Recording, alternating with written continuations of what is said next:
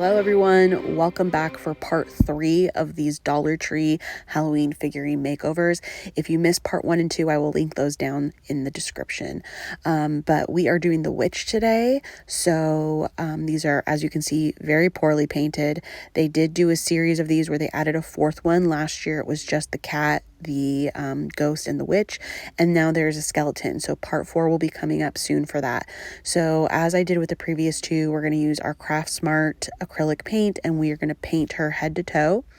And you can see there's even like styrofoam stuck to these from the boxes they came in. It's just, anyways, it's Dollar Tree. So here we go. So I am going to use this deco art. This is from Dollar Tree, this paint, and this is going to be her skin tone. So I'm also thinking about pulling the trigger and switching all my acrylic paints over to Craft Smart. This brand Top Notch, which here I wanted to show you guys the color. It is a matte acrylic, and it's the color Tangerine right there.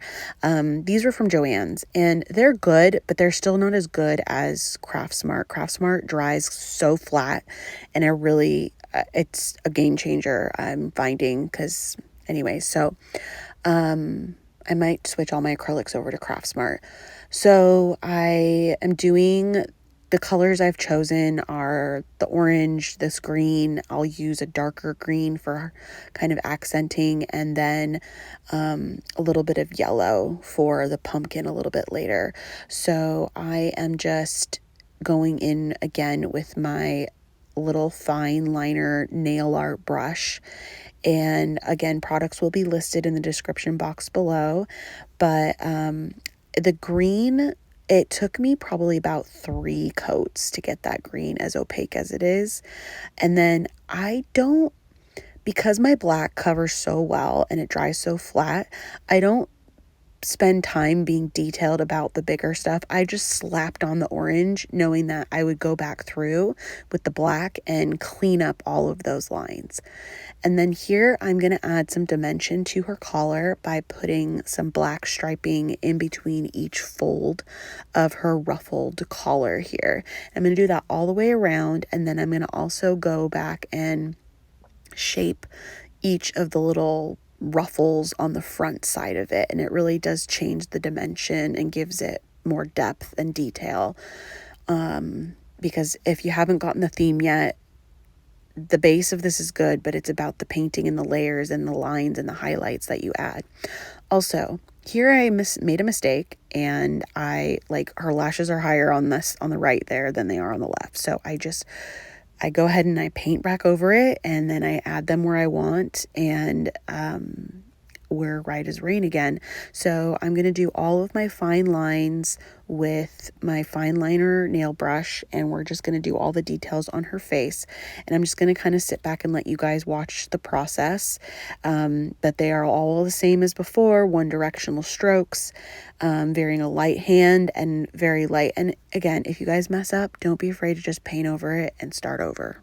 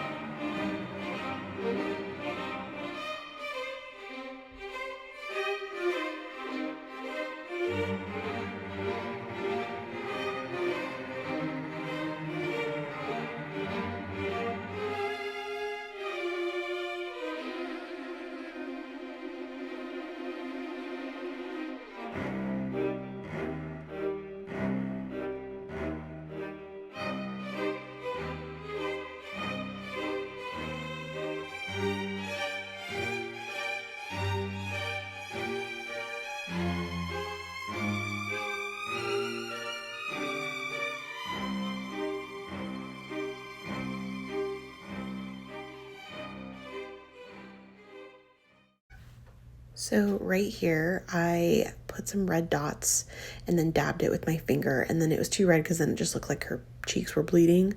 So I went over and added a couple dots of white and blended it together to kind of give her this pink kind of patchy blush looking on her cheeks.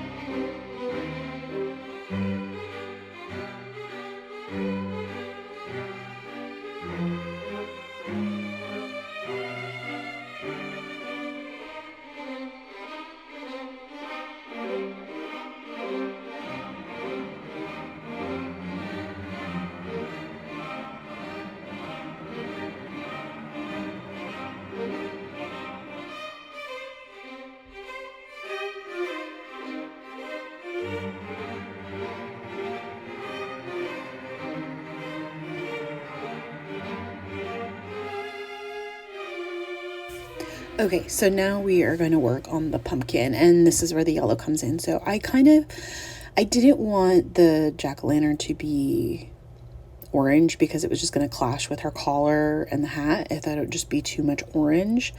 So I left him black, and then I wanted it to look like he was lit up from the inside. So he's got yellow eyes, like he's got a candle lit up. And then I'm just accenting with the orange, the same orange that's on the collar and the hat. And I'm going to highlight with that as well as create some shadowing. And then you will see me also use the black again to clean up the lines. I do really like this pumpkin face. I like that it has the actual molded cheeks. So I've said this, I think, in the first videos, like these molds have great potential, like as a base. They are actually really cute. It's just, they obviously don't need for, being the Dollar Tree. They're not going to pay somebody to sit here and take the time that I am to paint these. So they've become kind of a craft in itself, if you should choose to. And you can use whatever accent colors you want. I would just have, kind of 3 different shades, if you will, like a lighter color, a medium color, and then a darker color, so that they can contrast and highlight each other and you can get that depth.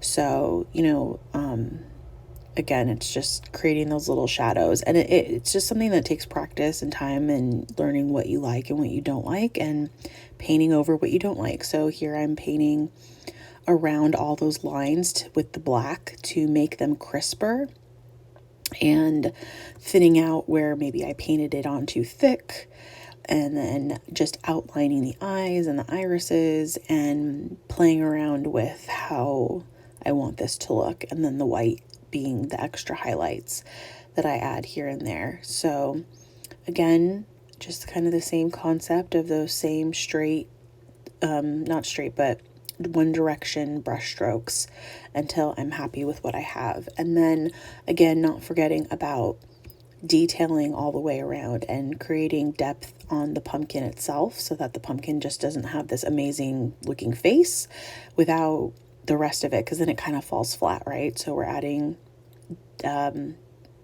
colors, and I'm using all 3 colors that I used on his face in all of the ridges of the pumpkin itself all the way around. And this doesn't need to be perfect. Obviously, I'm just making stripes. You just don't want them to be all the same length and uniform, because then it's just going to look, not as depth. But this is her. I only had time to make one, but I do have more that I'm working on. These do take a lot of time. These often take me at least a couple days to get through. And then I do seal all of them with my Rustoleum clear matte, which gives this like satin finish, and I add her little chenille bow. But all of my repainted Makeover Dollar Tree figurines are listed in my Etsy shop. The link is in the description box below, and I will see you guys for part 4 on the skeleton and the ghost that are coming up.